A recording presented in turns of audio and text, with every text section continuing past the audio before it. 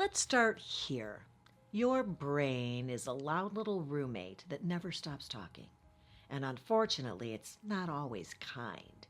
In dating, that inner narrator will happily tell you that you're too old, you're too boring, too broken, too much, or not enough. And the catch is, if you let those stories run unchecked, they don't just stay in your head. They leak into your body language, your conversations, even the choices you make. Which is why today I want to talk about the stories that you tell yourself in dating. Because if you don't rewrite them, they'll end up writing your whole love life for you. So if that's at all interesting or intriguing, I hope you'll stick around because that's what's on the agenda. You don't have to be perfect. You can't actually. It's not possible. Nobody is, right? Yet so many people treat dating like a performance review where they have to show up flawless or risk being rejected. But dating isn't about earning an A, it's about connection. And connection doesn't happen when somebody shows up with a PowerPoint presentation of their best traits and zero flaws. It happens when two actual humans with quirks and baggage and dreams and awkward pauses share space together. Pressure yourself to be perfect, you end up being stiff, anxious, or fake. That's exhausting for you and not attractive to anybody else, honestly. People aren't drawn to perfection. They're drawn to presence. Now, I know some of you treat your inner critic like it's your personal life coach. You think, if I'm hard on myself, I'll improve. No. If you're constantly tearing yourself down, you're not motivating yourself. You're undermining your confidence. And confidence is oxygen in dating. Without it, conversations feel forced, attraction fizzles, and you sabotage opportunities. Think about it. If you're walking into a date with a little voice in your head whispering, don't screw this up, how relaxed do you think you're going to be? How much of your real personality is going to come shining on through, right? Exactly. No beating yourself up, period. You're not helping. The healthier story is this. You're a work in progress. And that's exactly how it should be. You don't have to be fully healed or finished before you're lovable, but you do need to be actively growing. People who are committed to becoming their best selves, they radiate a different kind of energy. It's hopeful and curious and very attractive. So instead of telling yourself, I'm too damaged, reframe it to, I'm working on myself, and that's really powerful. That story shifts you from a victim of your past to the hero of your present.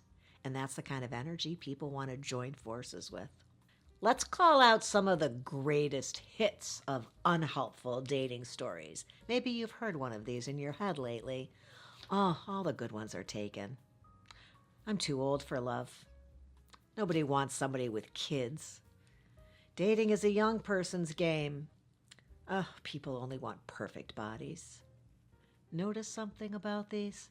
They're absolute statements. Absolutes are dangerous because they erase nuance. They close doors before you even knock. And here's the truth. None of those statements are reality. They're fear. They're self-protection. They're just excuses dressed up as facts. If you buy into those stories, you won't even see the opportunities that are right in front of you. Wait, did somebody just say recycling? I'm a huge fan of recycling. I rinse every jar and I sort every bottle. I drag that bin down to the curb like I'm saving the world.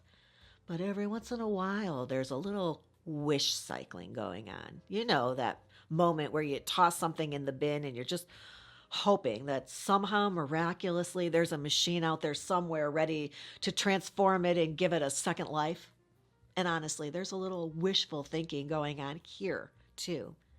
I see you. Some of you are just hoping you'll stumble across this channel again when you need it most. And sure, you could hope, or you could simply hit that button and subscribe.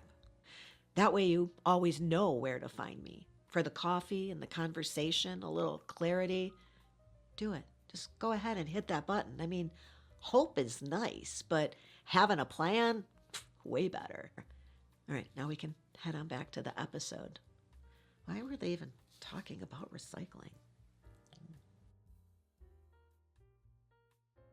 I know you've heard me say this a million times, but it's so true. I have to say it again. Being interested beats being interesting every time. Here's a powerful practice. Every time you catch yourself telling a negative dating story, ask yourself, what's a more empowering story that I could tell myself? Instead of, all the good ones are taken, try, I only need one good one and I just haven't met them yet. Instead of I'm too old, you could say, I know myself better than I ever did before, which makes me a better partner. Or instead of dating is a young person's game, try dating is a human game and I'm still here. And while you're rewriting your stories, remember this. It's not nearly as important that you be interesting as it is that you be interested. Nobody ever walked away from a date where they got to talk about themselves for an hour and thought, wow, that was truly boring. People light up when they feel seen and heard. So just stay curious. Ask those follow-up questions we talk about. That's where your connections are going to happen, I promise. Your inner dialogue doesn't just shape how you feel about yourself. It shapes how others experience you. If you're telling yourself, I'm not lovable, you'll act guarded. If you're telling yourself, nobody wants me, you're going to settle for scraps. And if you're saying, I'm enough, then you're going to show up relaxed and ready to connect. The story you tell yourself is the script other people start to believe about you. Make sure it's one that's worth believing. So how do you make this practical? You do it daily. That's how. You wake up and you remind yourself that today is another chance to show up as the very best version of you. Not the flawless version, not the fantasy version, the best version available today. Then when you meet somebody new, you channel that self. You let them meet the real you, the one who's healing, growing, and interested, not the one drowning in self-criticism. Do that consistently and you'll notice your dating life shift because you're not showing up desperate for somebody else to validate you. You're showing up already grounded and already whole enough.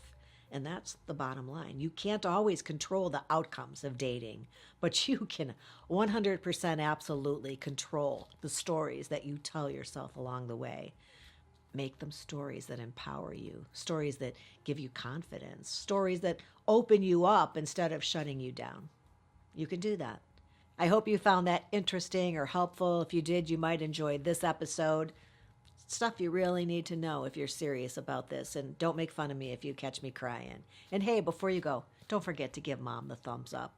Apparently she thinks she's running the channel. I don't know. While you're at it, hit the subscribe button because the next time your inner narrator tries to run the show, you'll want fresh tools here to rewrite the story. I appreciate you hanging out with me today, and until next time, have a good one.